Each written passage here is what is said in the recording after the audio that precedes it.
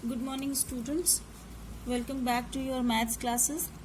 बच्चों, आज हम नया चैप्टर स्टार्ट करेंगे मैट्रिसेस। अभी तक हमने रिलेशन फंक्शन और इनवर्स ट्रिग्नोमेट्रिक फंक्शन पढ़ा है। इससे हमारा रिलेशन का जो पोर्शन था, रिलेशन एंड फंक्शन का, वो कंप्लीट हो गया है। I hope you all have noted down those question which I have sent last turn.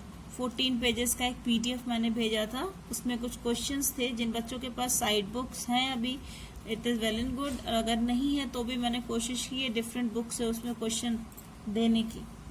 So go through that PDF. Topic सारे कंप्लीट हो गए हैं। Now it is your turn to solve the different type of questions. Very soon we will arrange a Zoom meeting for the maths of students of B1 and B2. So if you have any doubt, please be prepared with that one. I think we can meet on Sunday. Okay. Now from today I'm going to start the portion of algebra. ठीक है, algebra start करने जा रही हूँ आज से। Algebra consists two chapters, that is first is matrices and the second one is determinant. एक matrices chapter है और दूसरा है determinant. Matrices क्या होता है एक्चुअली?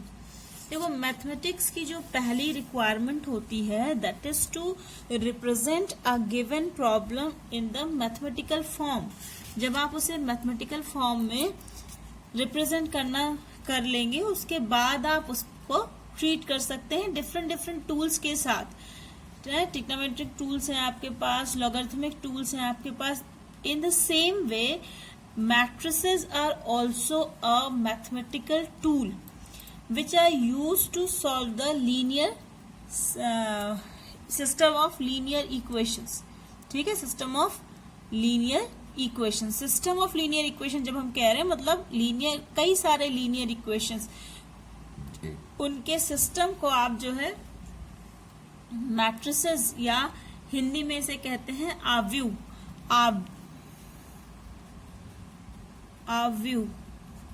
आव्यूह क्या होता है? हम जब दिए हुए mn एलिमेंट्स को, mn मतलब m इंटू n नंबर्स को m रोज और n कॉलम्स में अरेंज करते हैं। अब रोज और कॉलम्स क्या होती हैं? रोज, ये जो हॉरिजेंटल लाइन होती है उसे हम रो कहते हैं। ठीक है, ये से कॉपी पे दिख रही है ना हॉरिजेंटल लाइन, हॉरिजेंटल लाइंस को हम रोज कहते हैं। ठीक है, और वर्टिकल लाइंस को कॉलम। ये हुई रोज, हॉरिजेंटल लाइंस जो है वो रोज हैं। जैसे आपको क्लास में बोलते हैं ना, फर्स्ट रो में बच्चा बैठा है, सेकंड रो में बच्चा बैठा है, तो वो हॉरिजेंटल रो की लाइन की हम बात कर रहे होते हैं। तो it is the horizontal lines are called row and the vertical lines are called column. कैसी इंफॉर्मेशन लिखते हैं? सपोज कीजिए कि आपके शहर में 3 न्यूज़पेपर हर सुबह मतलब मॉर्निंग में 3 न्यूज़पेपर की सप्लाई होती है। न्यूज़पेपर ए, न्यूज़पेपर बी और न्यूज़पेपर सी। ठीक है, अब इन तीनों के बारे में इंफॉर्मेशन आपके पास है कि रोज इनकी सप्लाई कितनी होती है और इनका डिमांड कितना होता है। सप्लाई कितनी हो सकती है और इनकी डिमांड कितनी होती है। ठीक है, तो ए के लिए जितनी सप्लाई है वो आपने यहां लिखा, जो उसकी डिमांड है वो यहां लिखा। ऐसे बी के लिए यहां लिखा सप्लाई और डिमांड को यहां लिखा। सी के लिए सप्लाई यहां, डिमांड मतलब number of copies that supply to your city and number of copies that is required. इस तरह से आप इसे अरेंज कर सकते हैं। कम जगह में कम और ज्यादा अच्छे से इसे रिप्रेजेंट कर सकते हैं। एक बहुत अच्छा एग्जाम्पल आपके एनसीईआरटी की बुक में दिया हुआ है कि एक स्टेटमेंट दिया गया है कि Radha has 15 notebook and 6 pens, Fauzia has 10 notebook and 2 pens, Simran has 3 notebook and 5 pens.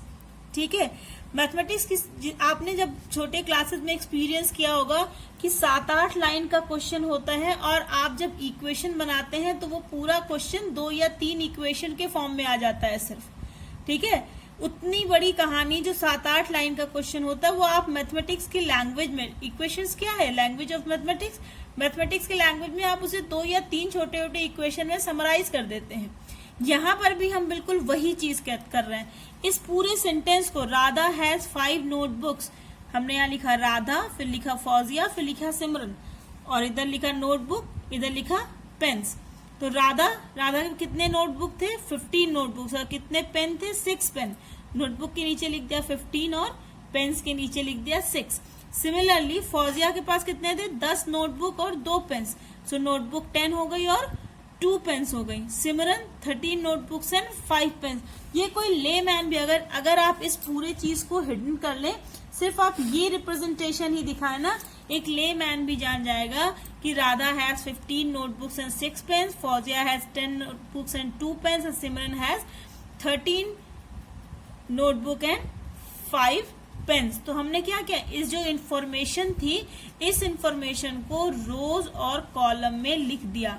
अगर इसी रोज और कॉलम को हम एक स्क्वायर ब्रैकेट में रिप्रेजेंट कर दें, ठीक है, स्क्वायर ब्रैकेट में रिप्रेजेंट कर दें, ये लिखा था ना 15, 6, 10, 2, 13, 5, और इसके यहाँ पे एक स्क्वायर ब्रैकेट लिख दें, then it is the matrix representation of the given problem, ठीक है, या गिवन इंफॉर्मेशन। जो इंफॉर्मेशन आपको दी गई थी उसका ये मैट्रिक्स रिप्रेजेंटेशन हो गया।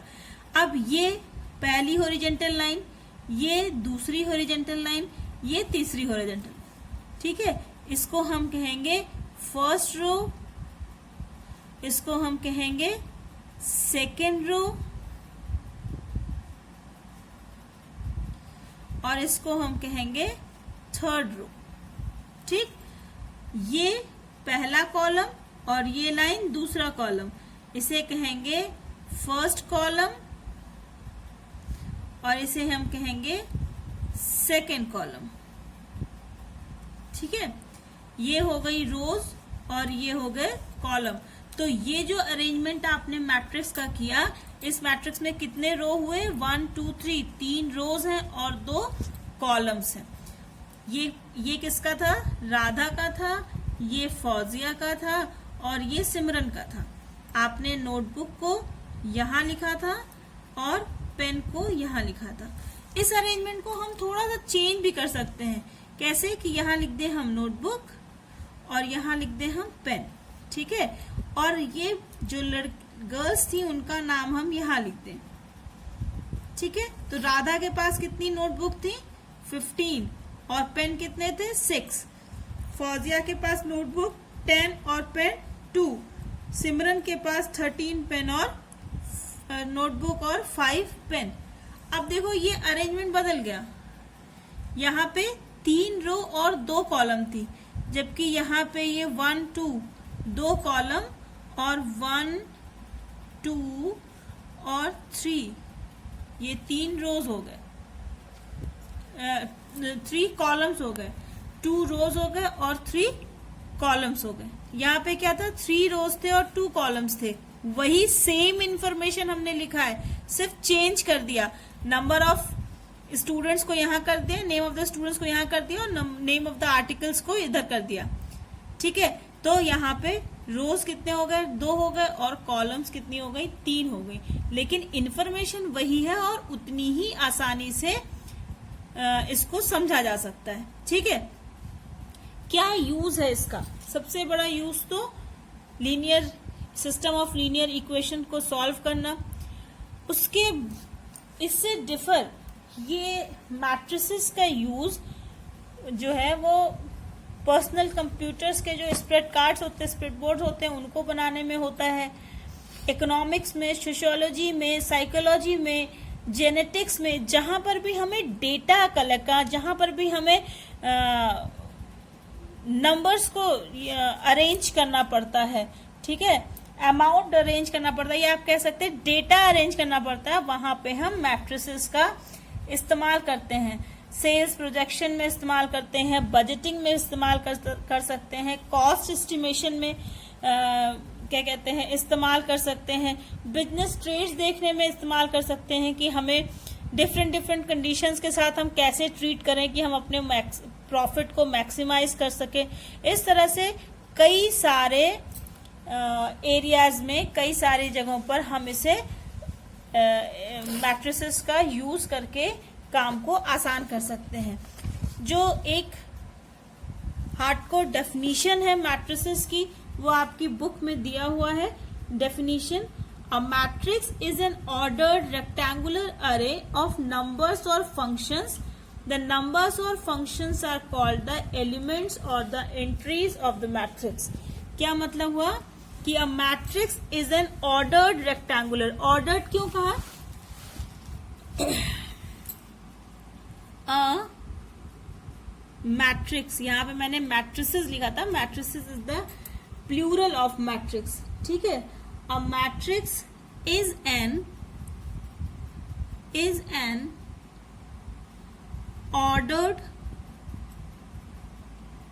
ordered rectangular arrangement। ऑर्डर्ड क्यों कह रहे हैं? क्योंकि number of columns, number of rows और नंबर ऑफ कॉलम्स, यहाँ भी हमने देखा ना कि ये मैट्रिक्स ही बदल गया पूरा ना। सेम इंफॉर्मेशन था, लेकिन इस मैट्रिक्स में 3 रो और 2 कॉलम था, और यहाँ पे ये 2 रो और 3 कॉलम हो गया। It means the order matters. और ये राधा के लिए ये 15 मैटर करता है, क्योंकि राधा के पास 15 नोटबुक हैं। अगर हम 15 को नीचे कर दें और 6 को ऊपर कर दें तो तुरंत ही इंफॉर्मेशन गड़बड़ हो जाएगी। यानी स्पेसिफिक एलिमेंट के लिए स्पेसिफिक जगह होती है, ठीक है। इसीलिए इसको हम ऑर्डर्ड कहते हैं। अगर एक भी नंबर आपने इधर उधर कर दिया, यहाँ जो सिमरन का नंबर था वो अगर आपने यहाँ कर दिया तो ये फौजिया के पेन का नंबर हो जाएगा और इंफॉर्मेशन गलत हो जाएगी। यानी हर एक एलिमेंट के लिए मैट्रिक्स में एक स्पेसिफिक जगह होती है, इसीलिए हम इसे कहते हैं ऑर्डर्ड रेक्टेंगुलर अरेंजमेंट, ठीक है। ऑर्डर्ड रेक्टेंगुलर अरेंजमेंट और अरे of numbers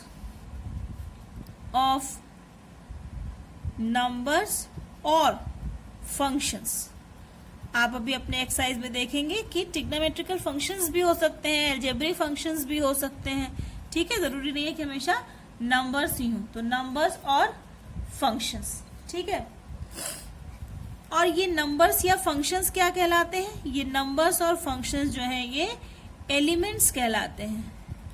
elements of the given matrix और एंट्रीज कहलाती हैं। Entries of the given matrix. जो पहली रो का पहला कॉलम होता है, ये अगर हम एक मैट्रिक्स लिखें, पहली रो का पहला कॉलम, पहली रो का पहला एलिमेंट A11, ये इसको कहते हैं इंडेक्स, ठीक है। 1 पहला वाला जो है वो नंबर ऑफ रो को बताता है और दूसरा नंबर ऑफ कॉलम का। पहली रो पहली कॉलम, ठीक है। अब हम पहली रो का दूसरा एलिमेंट लिखेंगे 1 2, ये पहला वाला नहीं चेंज हो रहा है। A13 यानी पहली रो तीसरा कॉलम। अब ये पोजीशन यहाँ पे जो होगी वो दूसरी रो का पहला एलिमेंट होगा ना, तो A21 दूसरी रो पहला कॉलम, A22 दूसरी रो दूसरा कॉलम, A23 दूसरी रो तीसरा कॉलम, A31 तीसरी रो है और पहला कॉलम है, A32 तीसरी रो दूसरा कॉलम, A33 तीसरी रो तीसरा कॉलम, ठीक है।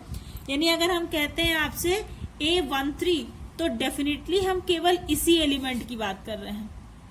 लेकिन अगर हम कहते हैं लेकिन हम A31 कह रहे हैं तो इसका मतलब तीसरा रो और पहला कॉलम, यानी ये वाला एलिमेंट कह रहे हैं, ठीक है। इंडेक्स का पहला नंबर हमेशा नंबर ऑफ रो को रिप्रेजेंट करता है और इंडेक्स का दूसरा नंबर जो है वो नंबर ऑफ कॉलम को रिप्रेजेंट करता है, ठीक है। अब एक टर्म आता है ऑर्डर ऑफ अ मैट्रिक्स। किसी मैट्रिक्स का ऑर्डर क्या होता है, या हिंदी में से कहते हैं आव्यूह का क्रम या उसकी कोटि। किसी आव्यूह की कोटि क्या होती है, ठीक है। जैसे अगर किसी मैट्रिक्स में m रोज हैं और n कॉलम्स हैं। A matrix let a matrix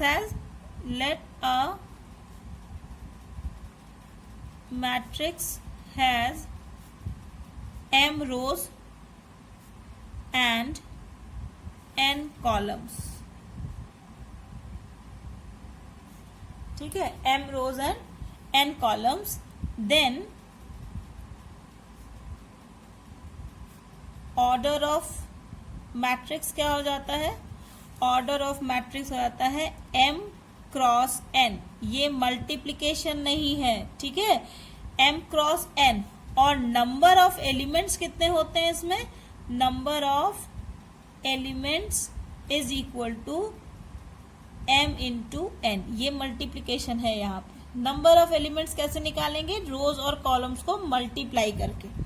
यहाँ पे देखो हमने 3 रोज है और 3 कॉलम है, यानी इसका ऑर्डर कितना हो गया, 3 क्रॉस 3, ठीक है। ये ऑर्डर हो गया। नंबर ऑफ एलिमेंट्स कितने हो गए, 3 इंटू 3, 3 3 जा 9, 1 2 3 4 5 6 7 8 9 एलिमेंट्स हो गए, ठीक है। तो ऑर्डर ऑफ द मैट्रिक्स क्या होता है, order of the matrix is a number of rose cross number of columns. लेकिन ये हमेशा ध्यान रखना है कि जो आपने पहले लिखा है ये रोज का नंबर है और जो बाद में लिखा है ये कॉलम्स का। हमेशा रोज को पहले लिखेंगे और कॉलम्स को बाद में लिखेंगे। यानी अगर एक मैट्रिक्स में m रोज और n कॉलम्स हैं तो उसका ऑर्डर हो जाएगा m क्रॉस n और नंबर ऑफ एलिमेंट्स हो जाएंगे mn, ठीक। रिप्रेजेंट कैसे करते हैं किसी मैट्रिक्स को हम एक्चुअली इंग्लिश अल्फाबेट के कैपिटल लेटर से रिप्रेजेंट करते हैं। अगर हमने यहाँ पे लिखा है A is a matrix of aij मतलब एलिमेंट सच दैट, ऐसे एलिमेंट्स हैं, ये i नंबर ऑफ रोज है और j नंबर ऑफ कॉलम है, और इसका ऑर्डर हमने लिखा है 2 क्रॉस 3, यानी 2 रो और 3 कॉलम। तो इसका मतलब ये कैसा बनेगा, aij, i रो है और j कॉलम, तो 1 A1 1, ठीक है। 2 रो है और कितने कॉलम, 3, तो A1 2 A1 3, ठीक है। A21 A22 A23 ऐसा मैट्रिक्स बनेगा। ये कुछ भी नंबर्स हो सकते हैं, ए की वैल्यू कुछ भी हो सकती है, ठीक है। जैसे आपके एक्सरसाइज में एक क्वेश्चन दिया हुआ है कि फॉर्म ऑफ मैट्रिक्स, एक्सरसाइज 3.1 में दिया हुआ है कि aij is equal to i plus j whole square by 2। इसका एक 2 क्रॉस 2 का, it is an matrix of aij of order 2 cross 2। 2 cross 2 का एक मैट्रिक्स आपको बनाना है, ठीक है। तो बनाइए, aij 2 क्रॉस 2 है, यानी ये मैट्रिक्स कैसा होगा, A11 1 2 A21 2 2, 2 गुणे 2 4 एलिमेंट्स होंगे, 1 2 3 4, 2 रोज हो गई और 2 कॉलम हो गई। अब पहला एलिमेंट हम निकालें अगर A11 तो कितना होगा, 1 प्लस 1, i की वैल्यू 1, j की वैल्यू भी 1, 1 प्लस 1 का होल स्क्वायर बाई 2, 1 प्लस 1 2, 2 2 जा 4 by 2, it is equal to 2। A12 निकालो तो 1 प्लस 2, i प्लस j है ना, तो 1 प्लस 2 का स्क्वायर बाई 2, ये हो जाएगा 1 प्लस 2 3 का स्क्वायर 9 बाई 2। फिर ऐसे ही हम निकालेंगे A21, तो ये हो जाएगा 2 प्लस 1 का square by 2, again it is 9 by 2, है ना। और फिर A22 it is equal to 2 plus 2 का स्क्वायर बाई 2, 2 प्लस 2 हो गया 4, 4 का square 16 by 2, it is equal to 8। तो हमारा मैट्रिक्स क्या बन गया, A11 2, A12 9/2, A21 9/2 and A22 is 8. ठीक है, तो इस तरह से ये मैट्रिक्स का रिप्रेजेंटेशन होता है। किसी दिए हुए नंबर ऑफ एलिमेंट से कितनी मैट्रिसेस बन सकती हैं। अगर हम आपसे कहें कि 8 एलिमेंट्स वाले मैट्रिक्स के कितने ऑर्डर, मतलब कितने पॉसिबल ऑर्डर हो सकते हैं, है ना। How many orders are possible? How many orders are possible if a matrix has 8 elements? अगर किसी मैट्रिक्स में 8 एलिमेंट्स हैं तो कितने ऑर्डर्स पॉसिबल है। सबसे पहले आप 8 का प्राइम फैक्टर निकाल लीजिए, है ना। 2 4 जा 8 होता है, और फिर 2 2 जा 4 और फिर 2 1 जा 2। अब देखो 8 को हम लिख सकते हैं सबसे पहला 1 into 8, मतलब एक रो हो और 8 कॉलम हो। एक रो और 8 कॉलम कैसे बनेगा, A11 A12 A13 A14 A15 A16 A17 और A18। ठीक है, इस तरह से बन सकता है। इसमें देखिए 8 एलिमेंट्स हैं, 1 2 3 4 5 7। ये 8 क्रॉस 1 का बन सकता है। 8 क्रॉस 1 का कैसे बनेगा, मतलब 8 रोज हो और एक ही कॉलम हो।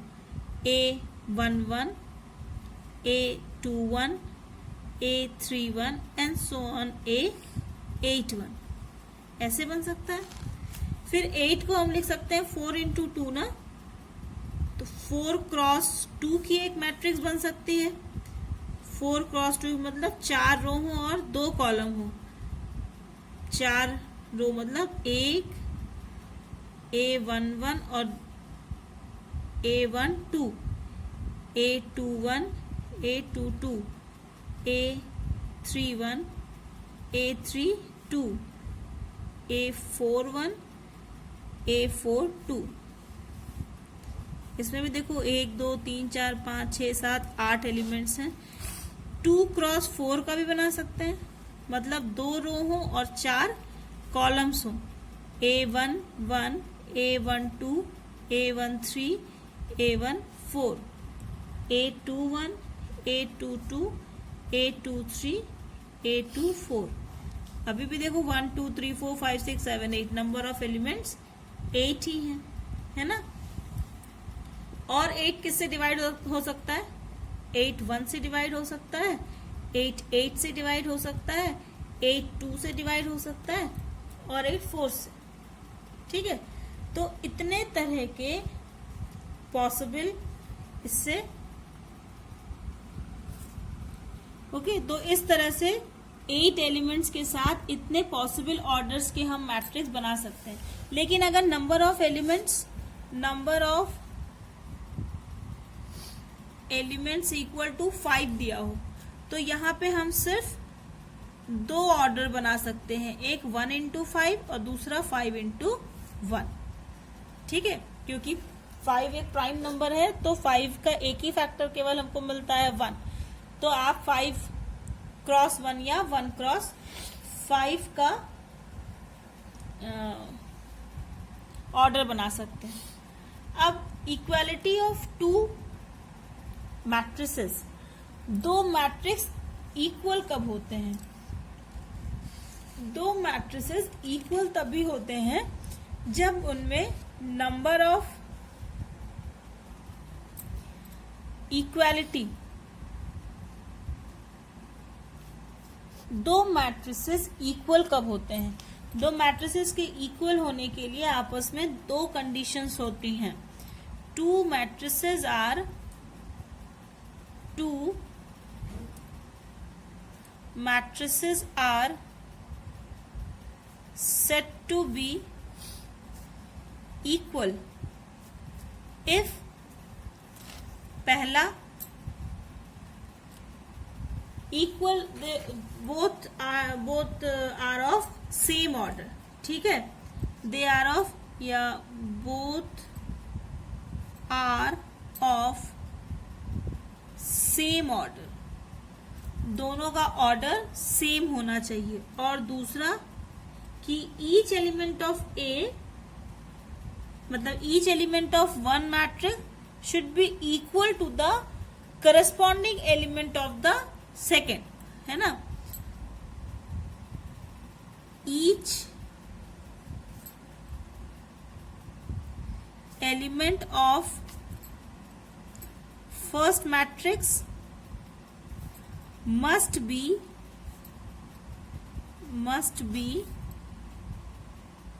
equal to the corresponding element of second matrix। अब ऑर्डर सेम होना चाहिए तो बात समझ में आ गई कि अगर एक 2x3 का है तो अगला वाला भी 2x3 का होना चाहिए। अगर वो इक्वल ऑर्डर के नहीं है तो आप इक्वलिटी दिखा ही नहीं सकते। दूसरी चीज क्या हमने कहा, करस्पॉन्डिंग एलिमेंट। करस्पॉन्डिंग एलिमेंट मतलब कि अगर हम ए और बी, ए एक मैट्रिक्स लिया हमने m क्रॉस n का और दूसरा लिया बी एलिमेंट बी टाइप, और इसका भी ऑर्डर वही है m और n, m क्रॉस n, तो दोनों का ऑर्डर तो सेम हो गया। अब क्या होना चाहिए कि इन दोनों के करस्पॉन्डिंग एलिमेंट मतलब जो a11 की वैल्यू है वो b11 के बराबर होनी चाहिए, जो a12 की वैल्यू है वो b12 के बराबर होनी चाहिए, ठीक है, जो सेम पोजीशन होल्ड करते हो दोनों मैट्रिक्स में। ऐसे एलिमेंट्स का सेम होना बहुत जरूरी है, ठीक है। अब इतनी इंफॉर्मेशन के साथ, इतने कॉन्सेप्ट्स के साथ आप आराम से एक्सरसाइज 3.1 सॉल्व कर लेंगे। तो आई होप कि you all will try the first exercise of your NCERT book, and very soon we will meet on Zoom meeting or Zoom meeting, and that day we will discuss about the problems. Okay, till then, bye.